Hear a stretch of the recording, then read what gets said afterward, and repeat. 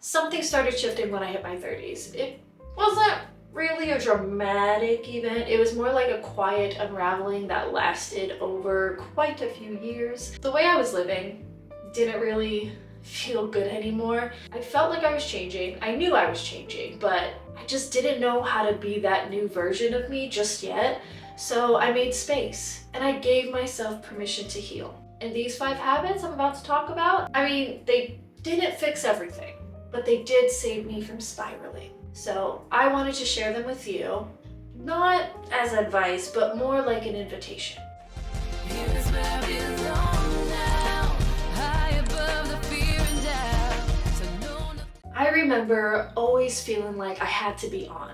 Like everything was content. I had to be ready to film. I had to be ready to take pictures. By all means, for memories, I love that and I'm here for it. But there's just something about everybody always being on their phone, everybody always recording, everybody always posting. Like the pressure to post is ridiculous. It's paralyzing. And when you feel like you don't get a post out in one day, in a couple days, and you go a few days without posting, you feel like you failed. You feel like you're not relevant anymore, which is absolutely insane. So once I started realizing that it was affecting me that much and I had to make sure I posted, I felt so much pressure to be relevant, to show people that I'm doing things, to like prove that I'm worth following, I made a decision to take a break. I had deleted the apps. I didn't deactivate my accounts because my accounts unfortunately do help me with some work, but I did delete the apps off my phone so I wouldn't have the urge to click them open and wouldn't have the urge to post or to do things or, to make stuff. I wanted to be able to record things that I wanted to remember. I wanted to be able to document my journey without the pressure of posting, without the pressure of, oh, it has to look aesthetically pleasing. It has to be perfect. The angles have to be this, the angles have to be that. This has to be involved because that'll make it look amazing. Like, there's just too much pressure involved and I wanted to be a person again. I wanted to live my life and not think about social media while I'm living it. I'm technically kind of still on this break, actually. I took a strict break from November of last year, so 2024, to I think maybe June of this year. And that's when I posted my first post. So I took about 8 months off from social media. Well, at least Instagram and Facebook and all of those. I did stay on TikTok and I did stay on YouTube, but that's because I was putting in the effort into doing that, into growing those. I did start a new TikTok, so that was part of the isolation. Like, let's start a brand new TikTok. Now I am more intentional with when I post and with what I post because I just don't really care to prove to anybody that isn't, signing my checks that I'm relevant, because I am. I'm doing stuff.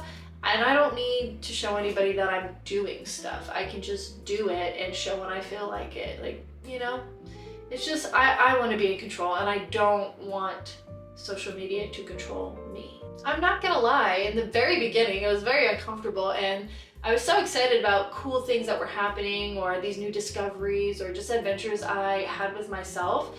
I wanted to share them so bad. I wanted to express how I was feeling, and I also wanted to be honest about what I was feeling when it came to wanting to isolate myself, like why I chose to isolate myself. It was hard at first. It was, because you've gotten so used to it, but once I got past maybe the first couple of weeks of not posting, it was really nice. It was so quiet, my brain started to calm down. I didn't really have any panic anymore or any like, what if I miss things? What if people start unfollowing me? What if important people start unfollowing me? People who could book me and stuff. What if I'm not doing enough? What if because I haven't been active for so long, I lose out on a role because they're like, you're not even active on social media anymore. Like, I hate that this is the way things are, but I'm very happy that I was able to regulate my emotions and learn how to be okay without having to feel that pressure of relevancy on social media. It's not necessary. And I'm not suggesting that you disappear for as long as I have and as long as I am still, on this journey.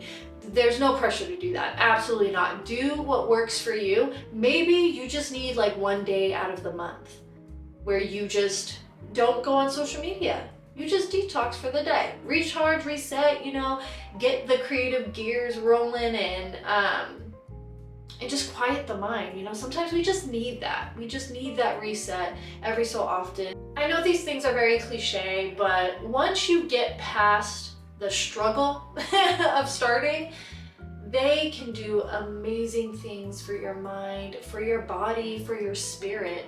Of course, when you first start getting into the gym or you start getting very active, it feels more like a chore. It feels more like something you have to do and not something that you want to do. And then journaling, I struggled with knowing what to write, with knowing how to form sentences, with knowing if I should stay on topic or if I should stray a little bit and talk about something else. Like, for some reason, I thought journaling had to be structured, had to be perfect, had to be a certain way. But journaling can be any way you want it to be.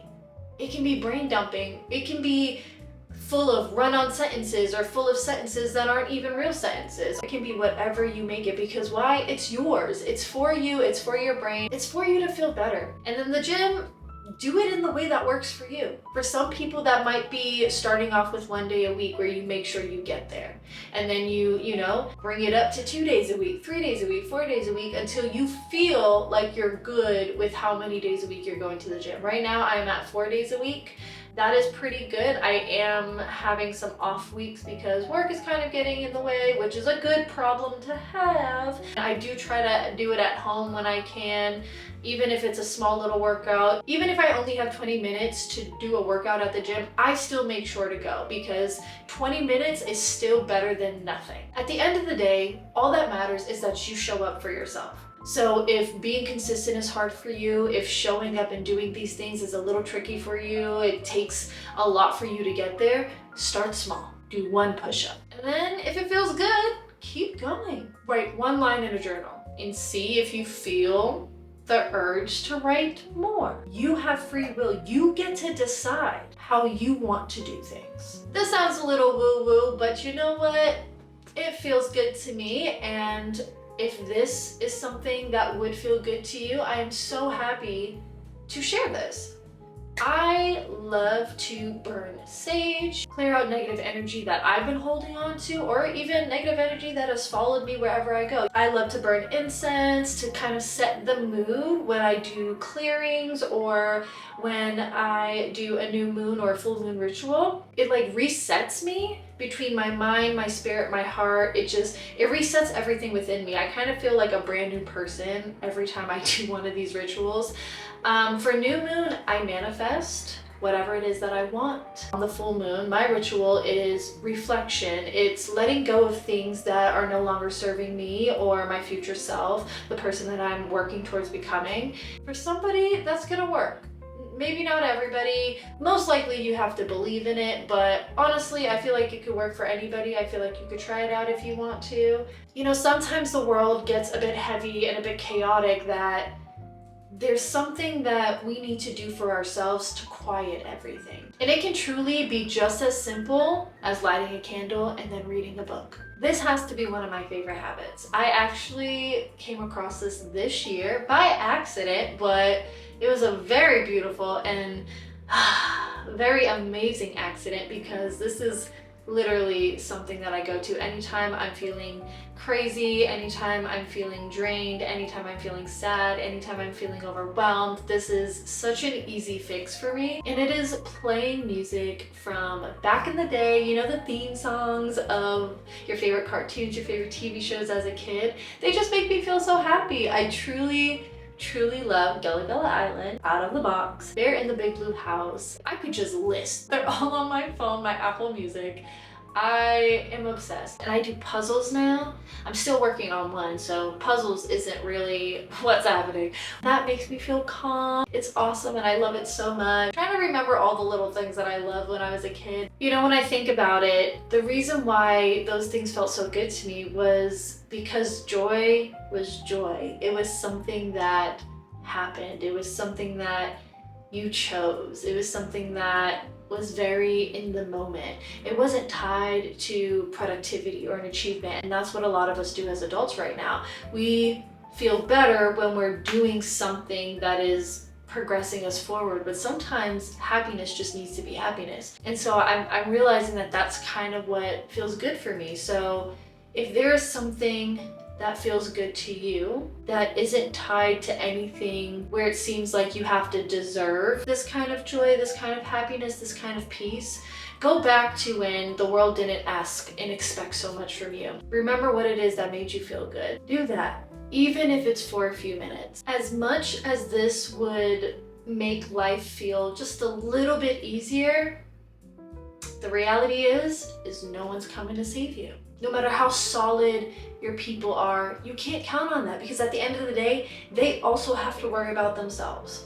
And this is not to knock anybody, absolutely not. It's just human and it's just the reality. You don't need saving. I don't need saving. We're so powerful, it's crazy for us to think that we need somebody to come and save us. We have it. We have everything that we need within us. You just need to remember who you are.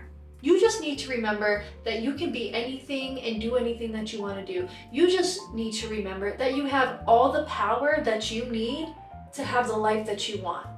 You have free will. You know how powerful that is? Free will.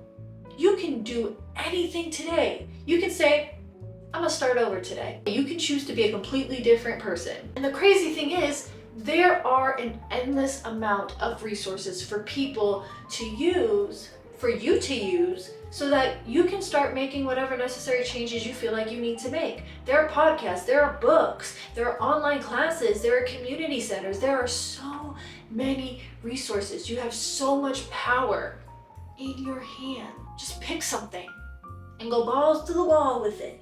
Have fun. No one else can make that decision for you. That is completely and entirely on you. So what are you gonna do with your free will? Just take a second and think about it. What's one decision you can make today that is more aligned with who you're working to become? Your healing journey is yours. It's not gonna look anything like mine, and that's the point. But I want you to remember, you're not alone and you're not broken. This is all very human, and the majority of us go through this. You're just becoming more of who you are.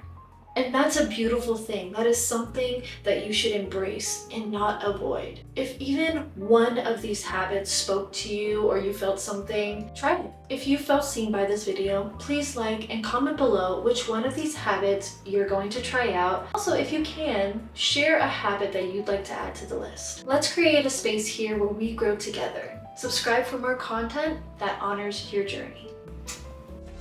Here's where we